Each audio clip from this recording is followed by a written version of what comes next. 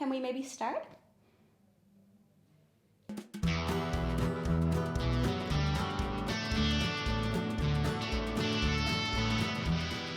Hello everyone, Sue here from 𝗧𝗏𝗏𝗏. Today we are going to talk about a very important topic, a topic that I get asked about all the time working in music distribution, and that is, how do I switch my music distributor with a release that has been released before? The question is, can I do that? Can I switch distributor? Can I re-release a record that has been out there before and make sure at the same time that I don't lose downloads, streams, and especially playlists? The answer is yes. You just have to follow a few steps, and there are a few things you need to do that.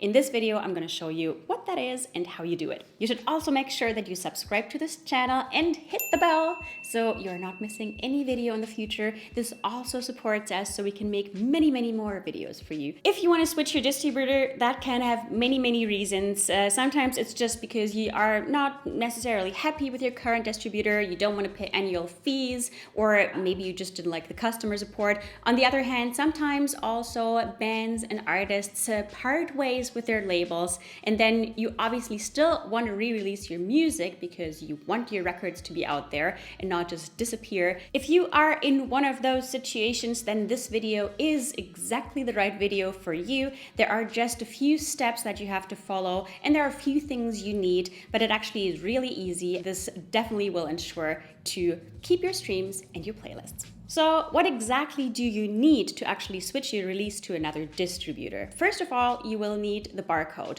or the UPC or EAN code. That is the unique code that your release gets. So no matter if you have a single, an EP, or an album out there, if you have released it digitally, it will have a barcode. The second thing you need is the isrcs. Those are the unique codes for each of your tracks on your release. And that is actually the very crucial code, because that code contains all the streams. It is also the code that tells the platform that this track is on a playlist. The third thing you need is the audio file. Also here, very important, you need the original audio file. I'm going to get to that in a bit. And the fourth thing is the metadata. The most important here to mention is the original release date, because you want to make sure that the platforms like Spotify and Apple Music actually know that this release is old, has been there, and is the one you had uploaded previously. Let's get a bit more into detail why these things that you need are so important for your new release. First of all, the barcode. The barcode is the unique code for your release. It doesn't necessarily have anything to do with your streams or the playlists you're on. It just means that that release has been released before in this form. If, for example, you decide that you want to upload the album that was out there before, but you want to add another track, that is totally possible. But then you can't use the old barcode, which is totally fine. You will just get a new one for your release. Still, you have to make sure that you use the old isrcs. And as I've mentioned before, this is the most important part for switching your release, because the isrc is the code that contains all the information, all the data, all the analytics. So that is the code where your streams, your downloads, and your playlists are saved. Some people, for example, release a single before an EP. If you do that, you will have to make sure that the single or the track on the single and the same track on the EP also have the same isrc code. That means basically that from both releases, no matter what release those people actually listen to, if it is the single or the EP, that isrc accumulates all the streams and downloads in one track. If you upload your release with your new distributor and you do not enter the isrcs, then your distributor is just going to assign you new isrcs, which means you're going to start counting at 0. And at the same time, you're going to lose all your playlists. So you really have to make sure that you get those codes right. Where do you get those codes?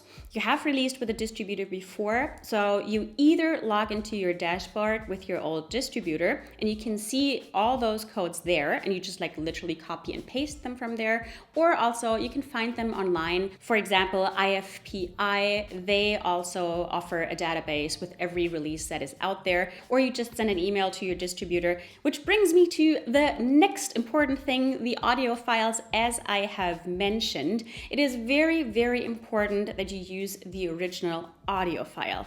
The important part about that is especially the length and the format. For example, you want to upload another version of your song, maybe a radio edit or something like that. You can't upload a new track with an old isrc. That just doesn't work. If you try, the platforms are going to notice that that is not the track that has been released before. Your distributor is going to notice, and they just will have to assign a new isrc to your new track. If you want to release with an old isrc, you will also have to use the original audio file. I'm not talking about a new master here. For example, you had your release out there and you actually never thought about mastering your track, and now it's bothering you and you're like, it sounds not up to date, it doesn't sound as it should be, then you can do that, because it doesn't actually change the track. It just like lifts the volume. It maybe just takes some high pitches out or whatever. It doesn't change the track. It doesn't change the length. That is going to be fine. You can upload that track, but don't change the length. Don't change the track in general. Otherwise, you're not going to be able to upload that. I've actually covered that already, or a similar topic, in another video, the Spotify playlist video, because there's an upside to having a new track with a new isrc code. Some people might want to pitch an old track to a Spotify playlist, which you can't do. So the trick there was to actually change the audio file to make a radio edit out of it, which is a very common practice. That way you have to assign it with a new isrc. The audio file is different, and the shocks and the shops will actually recognize it as a new release, and then you are able to pitch it. So it has its upsides. We're just going to assume in this case that you want to release your album as it was before, because obviously when you release a track with a new isrc, it's going to start counting at 0. That is something you will always have to keep in mind.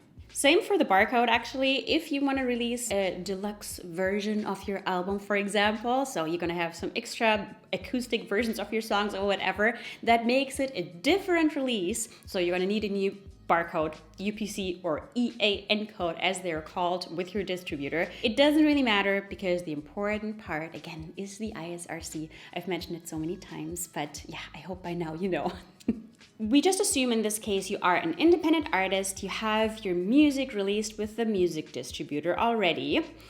You leave your music on there for now. The first thing you want to do is upload your music and your old release with your new music distributor. Step 1.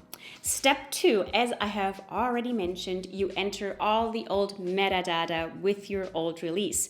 That means barcode, isrc codes, and especially the old release date, original release date, I have to say in this case. What I also want to say is enter all the metadata as it was on your original release. That also includes the artist name, the track titles, and the release title, obviously. You can change a lot of things, like for example, the artist name and the release title and the track titles still after you uploaded it with the music distributor.